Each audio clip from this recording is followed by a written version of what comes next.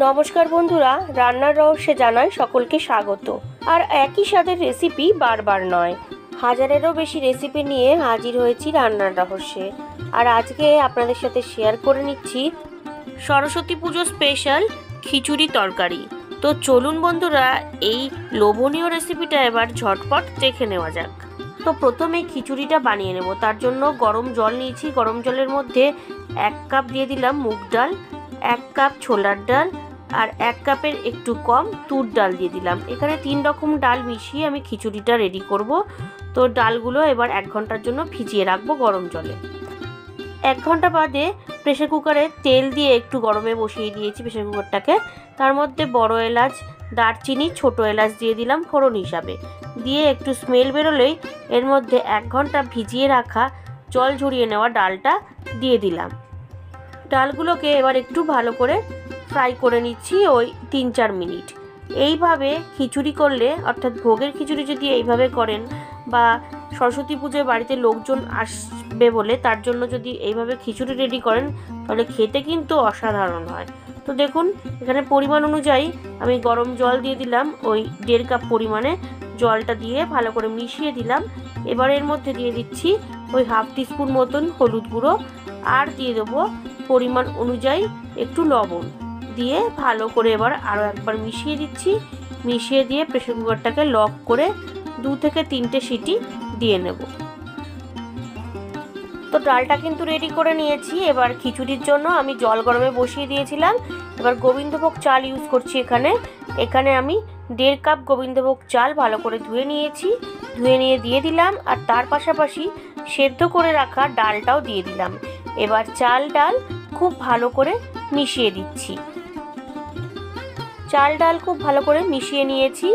এইবার এর মধ্যে আমি দিয়ে দেব টমেটো, মটরশুঁটি আর কাঁচা লঙ্কা পরিমাণ অনুযায়ী দিয়েছি। দিয়ে সামান্য একটু হলুদ দিয়ে দিলাম, ওই 1/2 টিস্পুন মতন দিয়ে ভালো করে মিশিয়ে এবার এটা ফুটতে দেব। মিনিট 15-20 বাদে চেক করে নিচ্ছি। আপনারা দেখুন, চাল ডাল কিন্তু অলরেডি খুব ভালোভাবে মিক্স হয়ে গেছে, আর চালটা কিন্তু মোটামুটি সেদ্ধ হয়ে গেছে। তো এইভাবে আরও 10 মিনিট রেখে দেবো। তো 10 মিনিট বাদে দেখুন, খিচুড়ির চাল ডাল কিন্তু একদম রেডি হয়ে গেছে, আর খুব সুন্দর একটা গোবিন্দভোগ চালের গন্ধও আসছে। খিচুড়িতে ফোড়নের জন্য সসপ্যানে সর্ষের তেল দিয়ে দিলাম। এবার গরম তেলে 2টো তেজপাতা দিলাম, 1/2 টিস্পুন গোটা জিরে আর 2টো শুকনো লঙ্কা ভেঙে দিয়ে দিলাম। এবার এর মধ্যে দিয়ে দেব পরিমাণ অনুযায়ী একটু আদা থেতো করে নিয়েছিলাম বা গ্রেট করে নিয়েছিলাম, সেটা দিলাম। আর 1 মুঠো মতন নারকেল কুচোনো আর 1 মুঠো বাদাম দিয়ে এবার সমস্ত কিছু মিডিয়াম টু লো ফ্লেমে একটু ভালো করে ভেজে নিচ্ছি। তো ফোড়নটা সম্পূর্ণ ভেজে নিয়েছি। এবার আমি খিচুড়ির মধ্যে দিয়ে দেবো। খিচুড়ির মধ্যে দিয়ে ভালো করে ফোড়নটাকে, অর্থাৎ বাদাম, নারকেল, সমস্ত ফোড়ন ভালো করে খিচুড়ির সাথে মিশিয়ে দেবো। আমার তো এই খিচুড়িটা খেতে খুবই ভালো লাগে। আপনাদের কেমন লাগে আমাকে অবশ্যই জানাবেন। তো খিচুড়ি কিন্তু রেডি হয়ে গেছে। এইবার চলে যাব তরকারির দিকে। তো তরকারির জন্য রাইস ব্র্যান অয়েল গরম করে নিয়েছি। প্রথমেই বড়িগুলো ভেজে নিচ্ছি। তো বড়িগুলো ভাজা হয়ে গেছে, বড়িগুলো ভেজে তুলে নিলাম।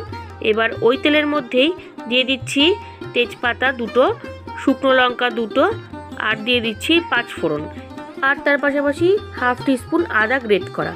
এবার সমস্ত কিছু ভালো করে একটুখানি ফ্রাই করে নিচ্ছি। তো ফোড়নটাকে ভালো করে ফ্রাই করে নিয়ে এবার আমি সবজি কেটে রেখেছিলাম, সবজিগুলো দিয়ে দিচ্ছি।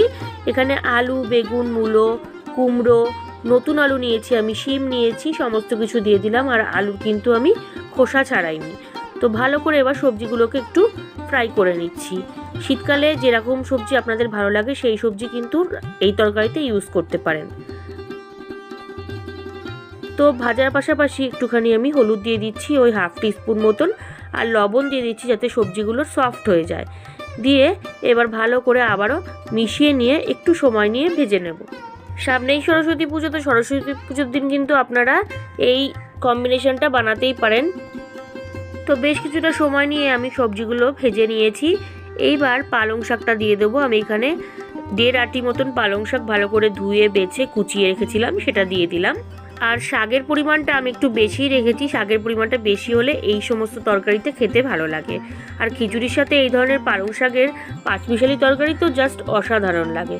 তো শাকটা দেওয়ার পাশাপাশি কয়েকটা চেরা কাঁচা লঙ্কা দিয়ে দিলাম, দিয়ে আমি ঢাকা দিয়ে দিলাম। মিনিট 10 বাদে ফিরে এলাম। আপনারা দেখুন শাকটা কিন্তু একদম মানে সমস্ত সবজির সাথে মিশে গেছে, আর শাকের থেকে প্রচুর পরিমাণে জলও বেরিয়েছে। জল কিন্তু আলাদা করে তরকারিটা দিতে হয়নি বা লাগবেও না। তো দেখুন ভালো করে এবার একটুখানি সমস্ত কিছু মিশিয়ে নিচ্ছি। মিশিয়ে নিয়ে আবারও আমি 5-10 মিনিটের জন্য ঢাকা দিয়ে দেব। 5-10 মিনিট বাদে ফিরে এলাম। তরকারি কিন্তু আমার অলমোস্ট ডান, আর খুব সুন্দর একটা স্মেল আসছে আদা বাটার। তো ভালো করে আমি একটু মিশিয়ে দিচ্ছি। মিশানোর পাশাপাশি আমি এবার দিয়ে দেব চিনি। যেহেতু নিরামিষ তরকারি চিনিটা কিন্তু অবশ্যই দিতে হবে। পরিমাণ অনুযায়ী চিনি দিয়ে দিলাম। চিনিটা দিয়ে ভালো করে আবারও মিশিয়ে নিচ্ছি। মিশিয়ে নিয়ে আগে যে বড়িটা ভেজে আমি তুলে রেখেছিলাম সেই বড়িটা একটুখানি হাত দিয়ে গুঁড়ো গুঁড়ো বা ভেঙে নিয়েছি। সেই ভাঙা বড়িটা ওপর থেকে দিয়ে দিলাম। দিয়ে আরও একবার ভালো করে মিশিয়ে নিচ্ছি। তো খুব ভালো করে বড়িগুলো আমি মিশিয়ে নিয়েছি। এইবার সবশেষে আমি তরকারির ওপর থেকে, অর্থাৎ এই পালং শাকের তরকারির ওপর থেকে দিয়ে দেব সামান্য একটু আটা। এই আটা দেওয়াতে কি হবে, তরকারিতে একটা বাঁধন আসবে আর তরকারিটা একটু মাখো মাখো হবে, যার ফলে কি হবে তরকারিটা খেতে খুবই ভালো লাগবে। তো বন্ধুরা তরকারি কিন্তু মোটামুটি আমার রেডি হয়ে গেছে। আর এই আটা দেওয়ার এটাই ছিল আমার আজকের এই তরকারির মধ্যে টিপস। তো সরস্বতী পুজোর দিন এই তরকারিটা খিচুড়ির সাথে অবশ্যই একবার ট্রাই করে দেখবেন আর আমাকে জানাবেন কেমন লাগলো। তো এইবার খিচুড়ি তরকারি গরম গরম সার্ভ করব। তো বন্ধুরা পুজো বলে কথা, তাই জন্য এই স্পেশাল রেসিপিটা স্পেশাল থালাতেই সার্ভ করেছি। এটা একটা মাটির পাত্রে সার্ভ করেছি। তো প্রথমেই থালাতে আমি দিয়ে দিলাম গরম গরম একদম ভোগের খিচুড়ি বা সরস্বতী পুজো স্পেশাল খিচুড়ি, যেটা প্রত্যেকের বাড়িতেই সরস্বতী পুজোর দিন হয়ে থাকে। তো খিচুড়িটা থেকে কিন্তু অসাধারণ গন্ধ উঠছে। আমার তো মনে হচ্ছে এখনই আবার একবার বানিয়ে খেয়ে নিই। তো খিচুড়ি দেওয়ার পাশাপাশি দিয়ে দিচ্ছি এখানে পালং শাকের পাঁচমিশালি তরকারি, যেটা আমি আপনাদের সাথে শেয়ার করলাম, যে তরকারিটা শেয়ার করলাম। তো পালং শাকের তরকারিটা খিচুড়ির সাথে খুবই ভালো লাগে, তাই জন্য পালং শাকের তরকারিটাই করেছি। তো তরকারির পাশাপাশি বানিয়েছিলাম একটু নিরামিষ দই আলুর দম, যেটার লিঙ্ক আমি ডেসক্রিপশানে দিয়ে দেবো, আপনারা দেখে নিতে পারবেন।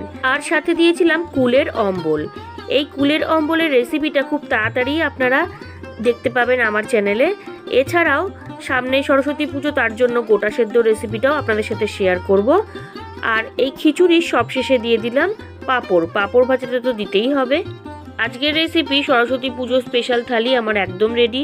ভালো লাগলে বাড়িতে অবশ্যই ট্রাই করবেন ও টেস্টের আনন্দ নেবেন।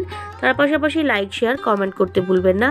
আর নতুন বন্ধুরা যারা এখনও পর্যন্ত আমার চ্যানেলটিকে সাবস্ক্রাইব করেননি, তারা আরও ভালো ও নতুনত্ব রেসিপির জন্য রান্নার রহস্যকে অবশ্যই সাবস্ক্রাইব করবেন।